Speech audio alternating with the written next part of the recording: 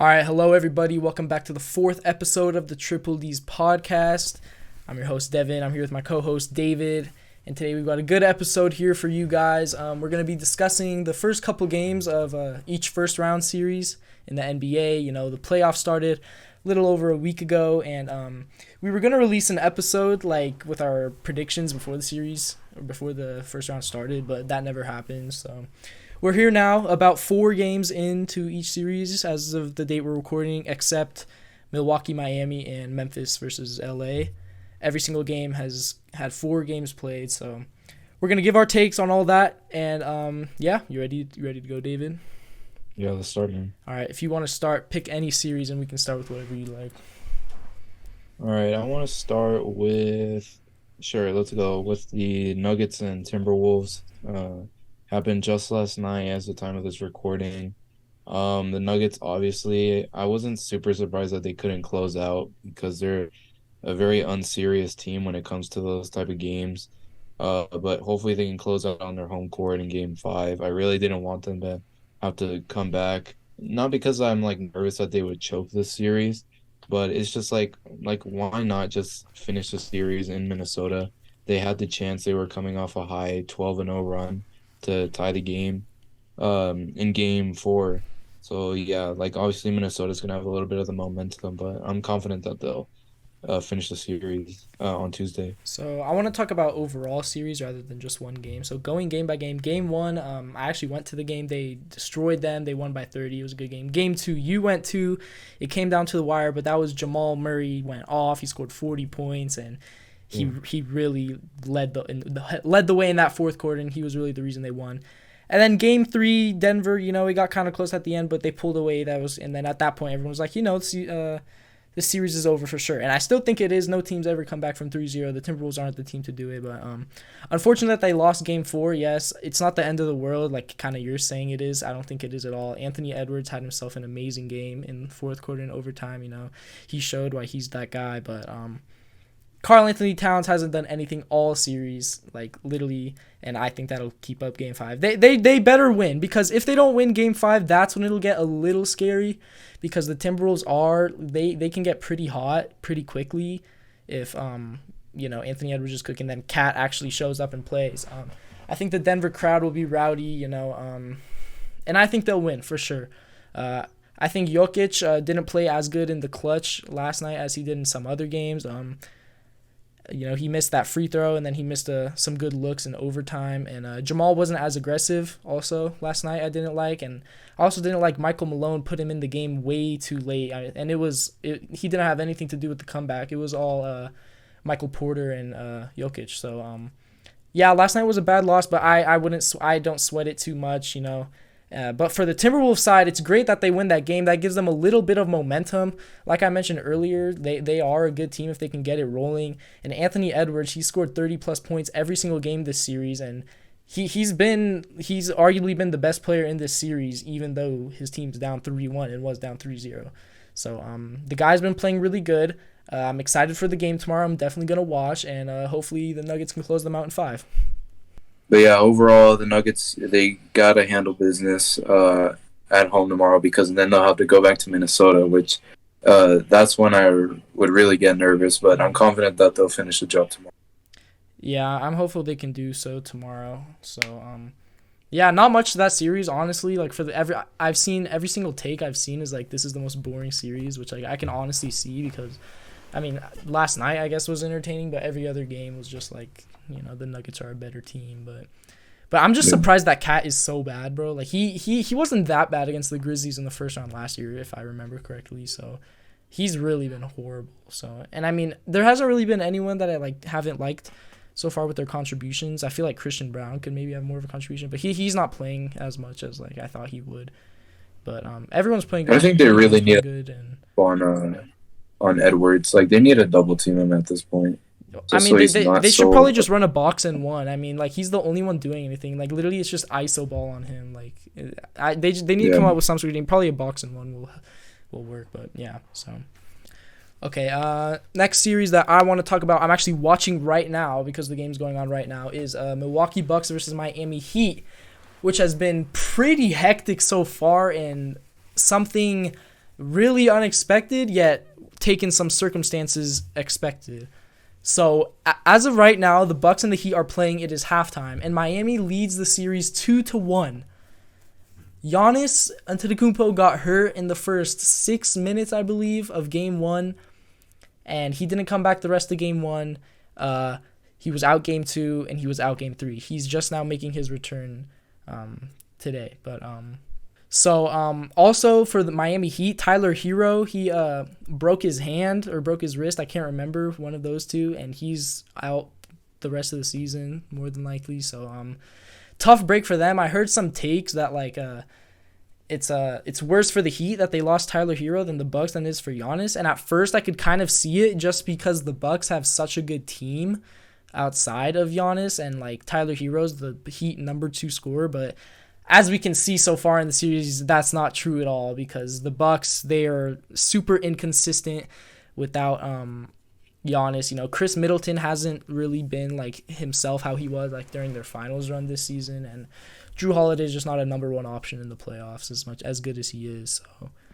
So right now Milwaukee's up by 12 actually midway through the third quarter. So if they can take this one, that would be huge, and I think that would give them a really good chance to take the series. But Miami's been playing good, man. Jimmy Butler's averaging 30 points per game in this series. I mean, playoff Jimmy is real, man. He is the biggest playoff riser in the whole league, in my opinion. Like, for real. Like, he just always plays so good. And in this game right now, he has like 30 halfway through the third. I mean, he's on one, man. He's on a mission. He really wants to get possibly the biggest upset in NBA history. So Milwaukee did take care of business in Game 2.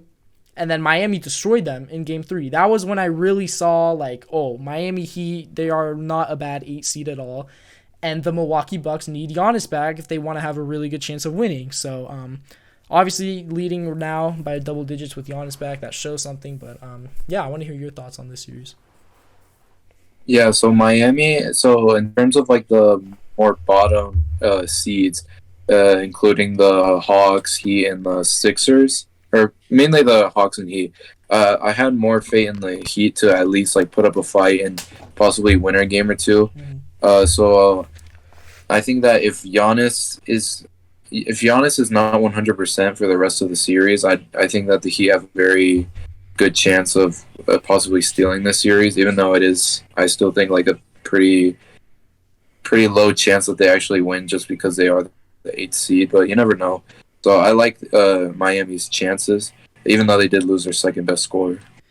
Yeah, I mean, they did lose Tyler Hero, but Jimmy Butler's nothing to joke about. And Bam Adebayo's actually been playing really good this series, which I actually like from him. He kind of didn't play as well as I would hope in the playoffs last year, even though they made it to the conference finals. But he's been playing good. So, but I honestly think if Giannis is healthy and like he's playing just like himself, maybe Miami could take it to Game 7, like, and steal another game. But I think the Bucks have a good chance of winning 3 in a row, honestly. I kind of have a gut feeling that that's going to happen, and I feel like the Bucks are going to win in 6. Giannis is not going to go out to the 8th seed in the first round. There's just no way. If that happens, we're in an alternate universe. So, I mean, that's just my take. But also, one thing I want to get off my mind just before this has been horrible in terms of injuries this playoffs, man. Like, literally, first 4 games in, and, like, the list goes on of like injuries that have happened, and it's you hate to see it, man. You hate to see hospital ring, taking away some team's success because of injuries. You just hate to see it for the player. It's unfortunate for a team. They work hard, get a good record all year, and then their guy goes down, like kind of like the Bucks if they lose this series. So I mean, it sucks, but yeah.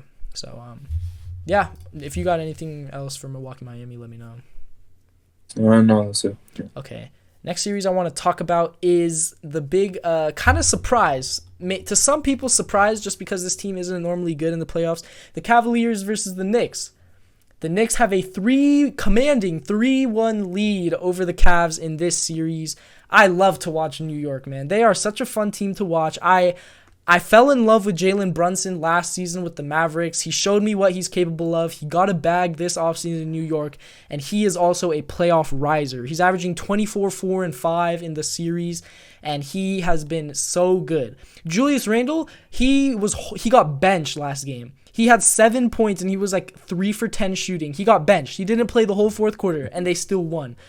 I mean, they have so many guys. I am also in love with Josh Hart. He is, in my opinion, one of the, if not the best role players in the entire league.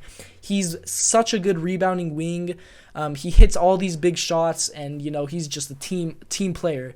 RJ Barrett, he's been playing really good. He put up like 25 or so yesterday in the game that they won in New York, and man, basketball in the Garden is amazing. Like that in Sacramento, those are the two craziest atmospheres. I mean, the Garden is just it's rocking every single time. Jalen Brunson is just so tough, man. Like the way he can create separation, like just one-on-one. He's such a good ISO player, and that's what I love about him. Meanwhile, for Cleveland, Donovan Mitchell needs to step up, bruh. He has been horrible, especially in Game 4. This series might be over 3-1. You rarely ever see teams come back from 3-1. And even if they have before, it doesn't happen that often, and it's not likely. It's like with the Knicks playing how they are, I don't think Cleveland's going to win 3 in a row. So Donovan Mitchell, in the biggest game, Game 4s are the biggest game of any series because either it's 2-2, you have an even series, or one team gets a commanding 3-1 lead, and the series might be over at that point. So Donovan Mitchell played horrible. I'm pretty sure he only scored like 2 points in the second half yesterday. He was breaking everything, The Cavs, their offense just doesn't flow that well. I feel like Evan Mobley and Jarrett Allen aren't very good on the offensive end, so they kind of, and Darius Garland's also been really disappointing. I'm pretty sure in the game, in Game 3 they lost. He shot like 4 for like 21 or something like that. Like he's like nobody's been good for Cleveland, so I'm really disappointed in them. And in Game 3 they put up 79 points. The only game under 80 points this season, that's ridiculous, man. I mean, that can't happen in the playoffs, especially with a team with that much firepower. So that's my thoughts on the series. I'm honestly rooting for the Knicks. I have been the whole series. Yeah, so I knew that the series would, like, at the beginning, I thought it would be a bit more balanced and even. But, I mean, obviously the Knicks have shown that they're just a lot deeper. They have like they're using their talent more, they're utilizing it more.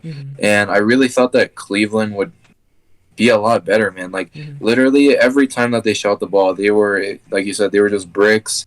And Donovan Mitchell has not been stepping up. Darius Garland has not been great either.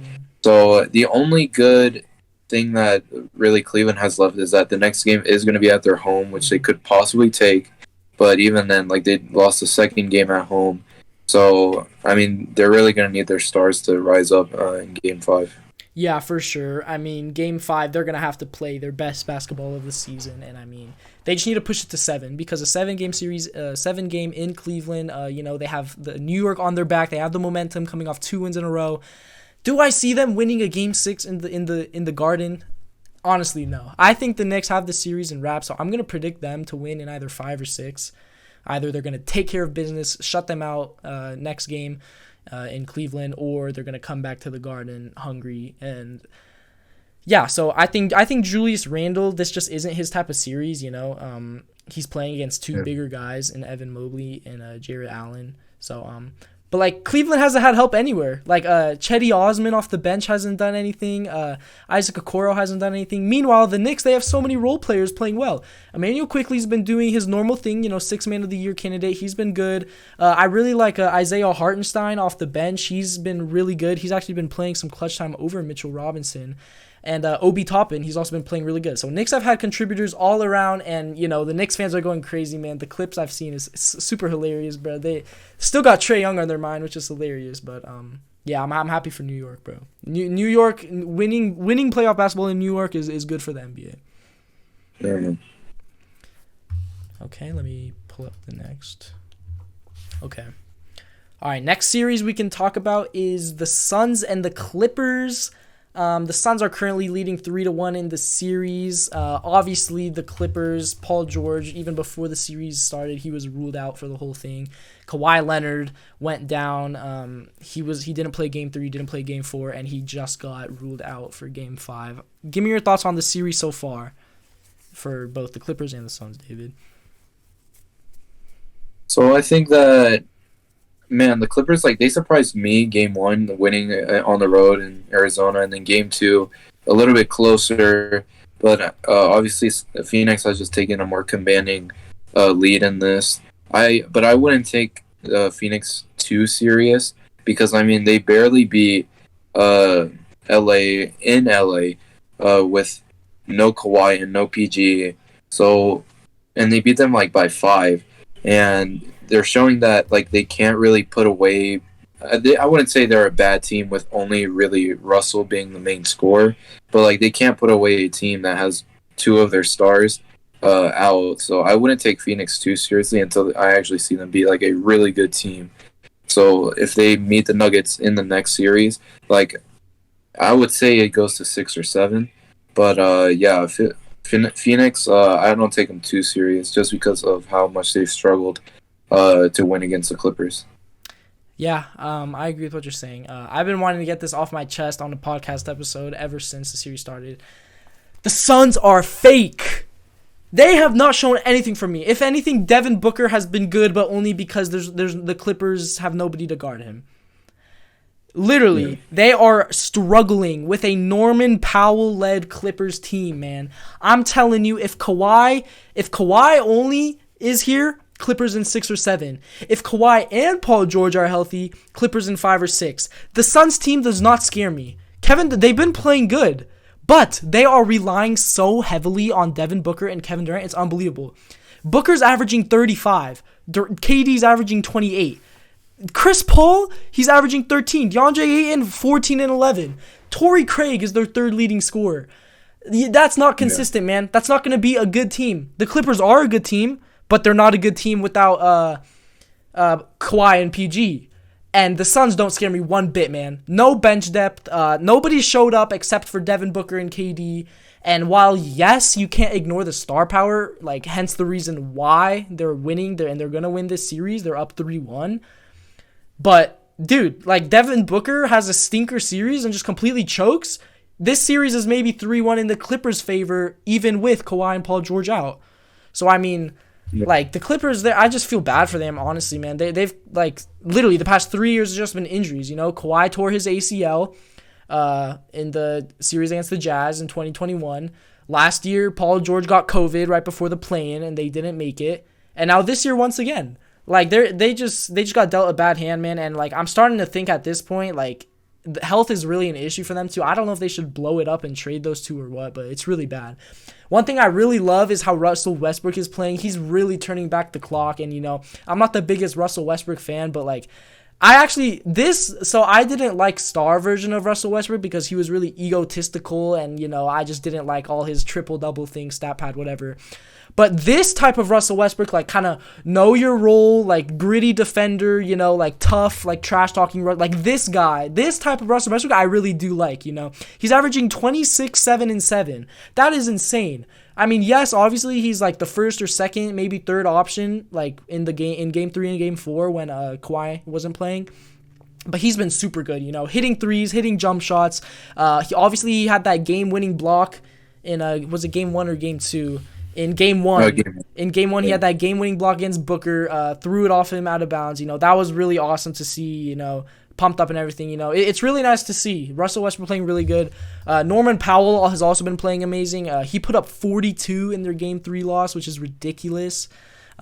He's averaging 20 points per game on the series. But other than that, not really much contribution. Eric Gordon only averaging 12. Terrence Mann averaging 10. Bones Highland averaging 8, you know. It's just not sustainable to win a series. You can't win a series with a starting 5 of Russell Westbrook, Norman Powell, Marcus Morris, Batum, and Zubac. Like, you just can't. Like, it's not possible. And I mean, and then obviously, like, their best guy off the bench is like Bones Highland or Mason Plumlee. So I mean, like, they're not gonna win this series since Kawhi's out Game 5 and they're going back to Phoenix. I think this might be over in 5 unless Norman Powell, Russell Westbrook really does insanely good, along with clamping up one of the stars in Phoenix. But they really haven't had a good defender on either one of them. So that's the big reason why Devin Booker's going off. And it's really sad to see. You know, they won Game 1, and after that, I really was, like, pushing the agenda of Clippers in 6, Clippers in 7. But then they lost Game 2. You know, they didn't play their best game. The Kawhi news came out, and I was like, shit, it's over. And lost by 5 in Game 3 and lost by 12 in Game 4. Now, tomorrow they play in Phoenix, Game 5, where Phoenix could potentially take it. So that's my thoughts on the series. So yeah. Yeah. So tomorrow, I think that Phoenix will definitely take it. Like, unless everybody else, especially the guys coming off the bench, really step up, maybe they could steal one. But even then, I think that just the star power compared to LA being injured right now just does not match up well for them at all. Yep.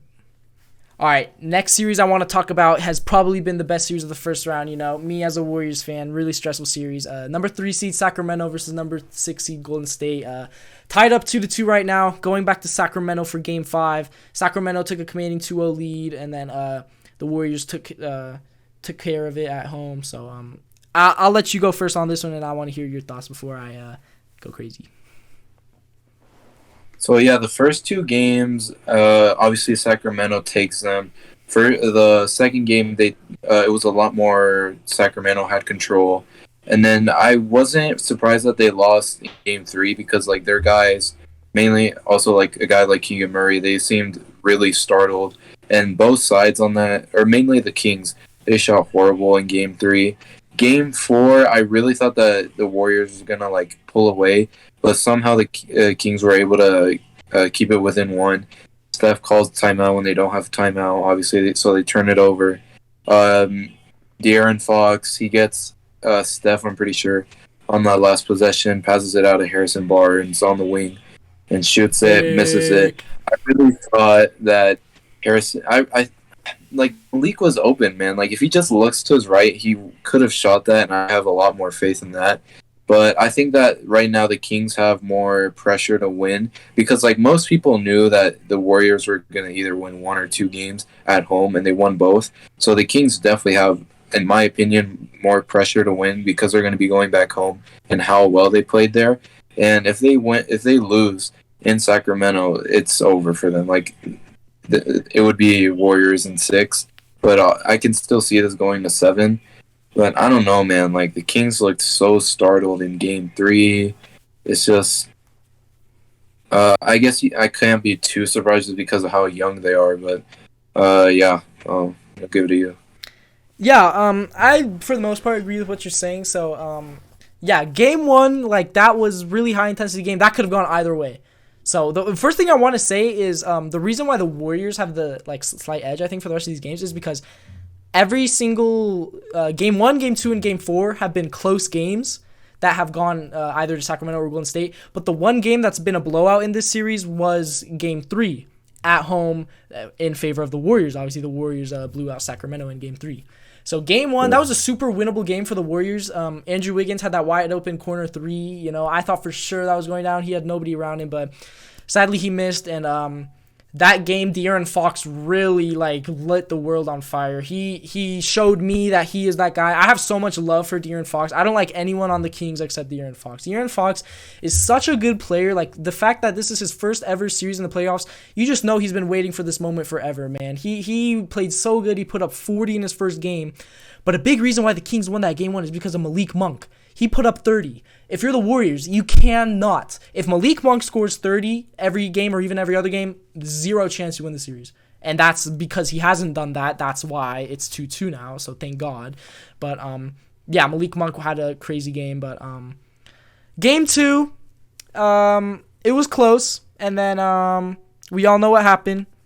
Sabonis grabbed Draymond's ankle. Draymond then proceeded to so-called stomp on Sabonis. He got ejected from the game, and then the momentum just shifted from there. It was in the fourth quarter. It was a close game. Warriors kept it within, but then the Kings kind of pulled away. Warriors kind of let go of that one at the end. And I was so beat down after Game 2, down 2-0 for the first time ever. It was bad, man. But I actually had so much faith going into Game 3. So the following day after Game 2, Draymond got suspended. That is the most bullshit thing that has ever happened in the history of the NBA. Reputation suspension. There is no, like, an ejection is, like, discussable, like, for a lot of people. A suspension is ridiculous. One thing I want to point out is that every single, like, I cannot stand social media. These idiots, like 14-year-old Warriors haters, or not even Warriors haters, just stupid casuals. They're just like, oh, Draymond is the dirtiest player ever. Kick him out of the league. I'm not even kidding. At least 20, if not more. Every single former or current NBA player, analyst, whatever, sided with Draymond. People who don't like Draymond sided with him. Half of the guys who I saw do not like Draymond, and they've had like beef before, and they're siding with him because a suspension is ridiculous, man. I will not hear out anyone on why Draymond should have been suspended for Game 3. That is ridiculous. JJ Redick went live on First Take, and him, as a Warriors hater, he went on First Take, and he said that the refs are favoring the Kings. Everything that Looney does to Sabonis is a foul. Sabonis, all series, puts his shoulder into Looney, into Draymond, whoever's guarding him, lowers his shoulder, goes into him, no foul. Or, like, going for a loose rebound, pushes him in the back, no foul. Looney or Draymond does the same thing, foul. Flagrant 2, ejected. I lost all my respect for Domantas Sabonis. I loved him in Indiana. I loved the Kings this season. My respect for the Kings has gone all the way down the drain, except for De'Aaron Fox. Mike Brown, also, I lost my respect for him with everything he's been saying. Domantas Sabonis, in like the post-game interview after the stomp, he was like, oh, it's competitive basketball. It's the playoffs. You know, things happen. And then after Draymond gets suspended in the interview, he's like, oh, there's no place for this in our game. Rightfully suspended, dirty play, whatever. Unbelievable. I have no respect for Domantas Sabonis. He is not good either. He is not good in the playoffs. Literally, he's just like Draymond in the way where you can guard him in the paint if he has the ball outside. He can't shoot. His only sense of offense is lowering his shoulder into somebody, putting up some dumbass hook shot, and hoping either one, he gets a foul, the refs don't call an offensive foul, or it just somehow goes in. De'Aaron Fox is the only reason the Kings are doing good this series. De'Aaron Fox is a playoff riser. Domantas Sabonis is not a playoff riser. He goes backwards in the playoffs. He is not made for it. Kevon Looney has been outstanding this series guarding him. You know, Kevon Looney, man, I'm so happy that the world is starting to see how good of a player Kevon Looney is. In Game 3, he had 20 rebounds and 9 assists, and he had like 9 offensive rebounds, and he was key to them winning that game.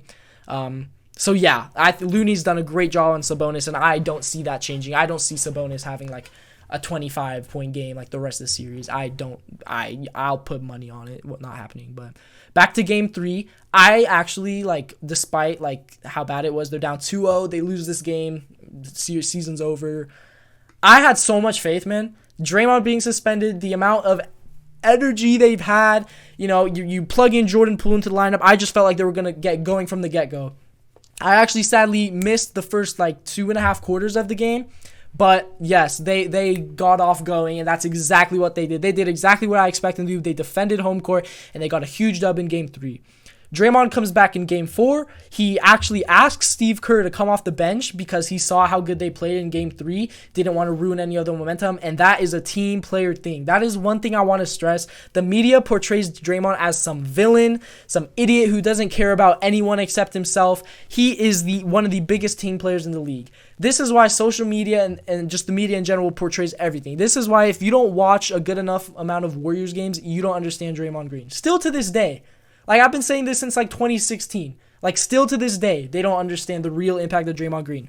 He comes back, he gets a technical foul in the first 2 minutes with chirping with De'Aaron Fox, and he sets the tone. He says in the post-game interview, he says, I don't care what they say. No matter what happens anytime, I'm who I am. Nobody can take that away from me. He got out there. He set a tone by getting a tech, risking getting ejected again. That would have been ridiculous. Gets in De'Aaron Fox's head, starts chirping a little bit, and I love it. Draymond Green will never change for anyone, no matter what. He could punch all his teammates in training camp. First day of the season, he's going to be his normal self, riling the crowd up, talking trash, everything. I love Draymond Green. Steph Curry played great in Game 4. He put up 32. Jordan Poole, I loved what I seen from him. He didn't play good at all in Sacramento because the thing that like ruins Jordan Poole's game is like when he plays with the ball too much. I can't stand when he does that. He's really turnover prone when he plays with the ball. And also some of his shot decisions are really bad. So in Game 4, he was actually super aggressive driving to the rim. Just one simple move, boom, to the rim. And that works. That's when he has his good games. So I love that from him. Klay Thompson had 26, and Draymond Green's defense in the last 3 minutes. I saw a clip. Draymond should win. I'll live on this, that if Defensive Player of the Year was consistent, Draymond should have minimum 4. Minimum. He should have gotten all of Rudy Gobert's, and he should have won this year over Jaren Jackson Jr. If you actually go by best defender. Defensive Player of the Year has turned into stats. It's turned into, Jaren Jackson averages 3.5 blocks per game because little guards drive in his paint and he's a good shot blocker. Rudy Gobert is an insane shot blocker and rim protector. Yes, they are. But Draymond Green is the most versatile defender, one of the in NBA history, but the best in the game. One possession, you can ask him to lock up De'Aaron Fox, and then the next possession, you can ask him to get down and dirty in the paint with Domantas Sabonis and clamp him up. He can guard 1 through 5 any given night. He is the best defender in the league. As much as people don't want to say it, as much as don't listen to Defensive Player of the Year, Draymond, and this is not Warriors bias at all, not a single ounce of it, Draymond Green is the best defender in the league. He showed his worth right there. And then obviously at the end of the game, Steph Curry, that was mind-boggling. And I knew it. The commentators weren't talking about it for 2 minutes, but I knew it because they challenged something before. It was unsuccessful. Then they had no timeouts. And then when Steph called timeout, I'm like, what the and then I saw the ref do the tech. So I was like, shit. So he got a tech. It was, I'm pretty sure, 126 to 121. Malik Monk hit the technical free throw. And then De'Aaron Fox is just cold-blooded, walks up, just hits a 3. I don't know whose face, just insane 3. And then Curry goes by. He gets a wide-open floater. He takes a shot early in the shot clock. He gets it off, but he misses. If they lost, if Harrison Barnes hit that, the slander for Steph Curry would have been worse than 2016. Or 2019 when he missed the game-winning shot against Toronto. It would have been horrible. So I'm so happy they lost. Harrison Barnes, you're a bum. You're a shitter. 2016 will never change, buddy. Nobody likes you over here in San Francisco or in Oakland. You are the most unclutch player in the NBA. I would not trust anyone else in the league more with the final shot than Harrison Barnes. Like you said, I would rather have De'Aaron Fox taking a fadeaway triple-teamed shot than Harrison Barnes. Trash. If that went in... They shouldn't have been a three-pointer either. They should have gone for 2. 3 was way too long. They were going for 2, but that's what I was going to get to in my next point. Steph Curry played such good defense on De'Aaron Fox on that last possession. If you watch, De'Aaron Fox was trying to drive. Steph Curry was in front of him every single time. Complete lockdown. De'Aaron Fox was playing with the ball a little too much, and when he went to make his move, Stephen Curry is such an underrated defender. He's a decent two-way guy. Ever since he added muscle, that's when he's become a really good defender. I started to see it last year, and last year and this year, he has been such a good defender. Draymond comes over with the help. De'Aaron Fox gets double-teamed, has absolutely no room, can't even get a shot off. So then pass it to Harrison Barnes.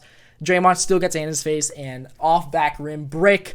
I probably would have cried if Harrison Barnes hit that and ended the Warriors season. Harrison Barnes, of all people, I probably would have cried. So, I'm so happy it's 2-2. That was such a good performance by Draymond Green and Steph Curry in the fourth quarter. Steph was hitting absolutely everything. I'll never take watching him for granted. So I'm super excited for Game 5. I agree with what you said earlier. I think if the Kings win this, then it's still anyone's series, going back to Golden State. But if the Warriors win this game, it is wraps, my boy. It is wraps, bro. There is no shot. They're going back to San Francisco for Game 6, and they're going to lose this game. And also, I want to hear your thoughts on this too now. De'Aaron Fox broke the tip of his left index finger and is doubtful for Game 5. I wouldn't be surprised if he plays, to be honest. Put some big-ass wrap on the finger and send him out there. I'm not going to say a word, actually. I was just about to say something, but I don't want to say anything. The Kings, their chances go way down if De'Aaron Fox misses that game. Like I said, Sabonis has done nothing this series. Malik Monk's going to have to pull off another 30-point game, but this time he won't have a De'Aaron Fox 40 bomb to back him up. They're going to need everyone to step up if he's out, and as much as I hate injuries, and even as the Warriors fan, I hate this, in terms of, I want a fair series. De'Aaron Fox, he's a great player. He's really turned into one of my favorites. He's super humble, such a good young superstar, but it's really unfortunate, but I also hope he doesn't play, because it's not like I'm an asshole for saying that, because it's not like he, tore his ACL. I'm saying good. He broke the tip of his finger, and he still has a chance to play. So I hope he doesn't play because the Warriors have a really good chance to win it in Sacramento if that happens. So, yeah, I'm sorry. I went on for way too long. I had to get everything off my chest. But, yeah, you can go now. Yeah, to wrap up this series, yeah, I would give maybe the Warriors a slight edge in Game 5 just because, like, even if De'Aaron Fox plays or not, that still, like, definitely affects you because it is a shooting hand too. Mm-hmm. But, I mean, like, if you're saying it's the tip of his index, like literally, I don't care if he gets hooked on painkillers, like, just get him on That's what I'm saying, bro. That, like, just put it right, bro. Like, yeah. Yeah, so even if he does play, like, Malik Monk, like, he needs to have, like, a master class to even, like, really compete with the Warriors in that game. And then with the Draymond situation, yes, like, suspending him was it was not necessary. I think that throwing him out Game 2, I think that was fair, but they also should have thrown Sabonis as well because it wasn't, like that was dirty, too, to hold a guy. But I don't think that because Draymond said in the post game that he was running. Draymond was not running. He was going to try to run, but the stop still was not necessary. But I think that Sabonis also, obviously, he was not in the right. He shouldn't have done that. But yeah, I think that's it for me. But yeah, this is a very 50-50 series now, obviously. So. I wish I was not a Warriors fan watching this series because this would be the most fun series ever. Like, that's what everyone else is saying, but I genuinely have a heart attack at the end of every single game except Game 3. It's horrible for my health, but I pray that I'm gonna be cheering my ass off. I'm gonna be ready to go the whole day. I'm just gonna be thinking about the game, man. Game 5, I'm ready, man. Wednesday, I'm ready for Game 5. So yeah, so that's it for that series for the Kings versus the Warriors. Next one I want to talk about is actually the only sweep. 76ers versus Nets. I want to say something right now. In my playoff bracket, I had Nets in 7. Yeah, Go ahead and scold me. Scold me all you want. Just, yeah. That was such a bad decision, man. I mean, like, I knew the Nets weren't going to win, but I thought they would win at least 1, maybe 2. But I had, like, the Sixers winning in 5 probably. And yeah, the Sixers, the Game 4, they didn't have Joel Embiid. They still beat them. The Nets had a decent chance in Game 1, but then they just the Sixers ran away with that. So yeah, I mean, I don't have too much to say about it, but I think the Nets still have a bright future. Right? Yeah, the only reason I picked Nets in 7 is because I was really cheering for them and I really wanted to see them win, and also I thought Mikal Bridges was going to shock the world, and I thought that their lineup of good all around team was going to beat 76ers, who Joel Embiid and James Harden not known for being very good playoff performers. But then after the first 2 games, I quickly realized the Nets have zero chance. Nobody can guard Embiid. Harden's doing his thing. The 76ers are just a way better team. The Nets, this team would not make the playoffs if it wasn't for KD and Kyrie giving them the start they had. But I'm rooting for Mikal Bridges, and I'm definitely not rooting for Joel Embiid. So, yeah, that's all I have to say on that series. Not very much. Yeah. Okay, next one I want to talk about is the Celtics versus the Hawks. Boston holds a 3-1 lead as of the day we're recording. Atlanta won Game 3, and Boston won both at home, and they actually took Game 4. I'll let you start on this one with your thoughts on this series and all the games and how it's gone so far. Yeah, so I wasn't expecting Atlanta to really be competitive at all in this series. I was a little surprised when they took Game 3. Game 4, obviously in their house, I thought they would have a decent chance coming off a Game 3 victory.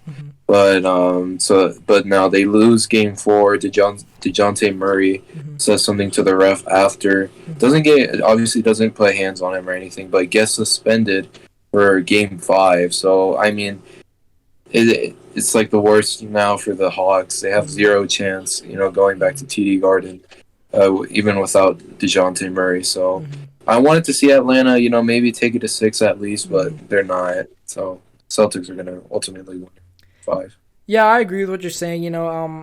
I like to watch the Hawks play. You know, that Eastern Conference Finals one was really special, beating ultimately ending Ben Simmons' career. But yeah, it's just bad. I mean, yes, like the numbers you see from Trae Young, like he's averaging 26 a game, but Trae Young is not good in the playoffs, man. Like the more I think about, I was talking about this with my dad earlier. The more I talk about the Hawks, the more I realize how fluky that Eastern Conference Finals run was. Like seriously, like since then they haven't done anything. Like literally, they got out in the play-in last year, and now they're gonna get gentlemen swept by the Celtics. Like Game 3, I watched. Like they actually played really good. They had high intensity. You know, the Atlanta crowd was actually going crazy, but that was just one good game, and then I actually kind of like see with Dejounte Murray, the refs were super bad in the fourth quarter of Game 4.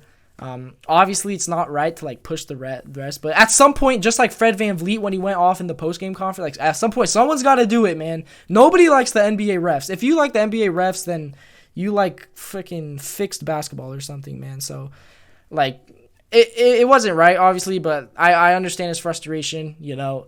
If they win that game with some more favorable calls going their way, the Hawks are going to Boston 2-2 anyone's series. Instead, they're down 3-1. Aren't going to have Dejounte Murray. They have zero chance of winning Game 5. If they do, I will be so surprised. So Boston's just been the better team. You know, they blew them out in Game 1. They were up by like 35 at one point. They just played better in Game 2. So yeah, I'm excited for likely Boston-Philadelphia series. That's going to be pretty fun to watch. But also, John Collins is horrible. Like, actually. Like, they should have traded him this season when he was in trade talks, like, while he had value. Now he has absolutely zero. The dude is horrible, man. Like, he hasn't done a single thing. Like, Clint Capella has been, like, their second-best player this series. Like, it's not good for Atlanta. And, I mean, obviously they just hired the head coach mid-season, but I don't know how I feel about their future, to be honest. Trae Young, who knows how long he's going to stay there. So, yeah.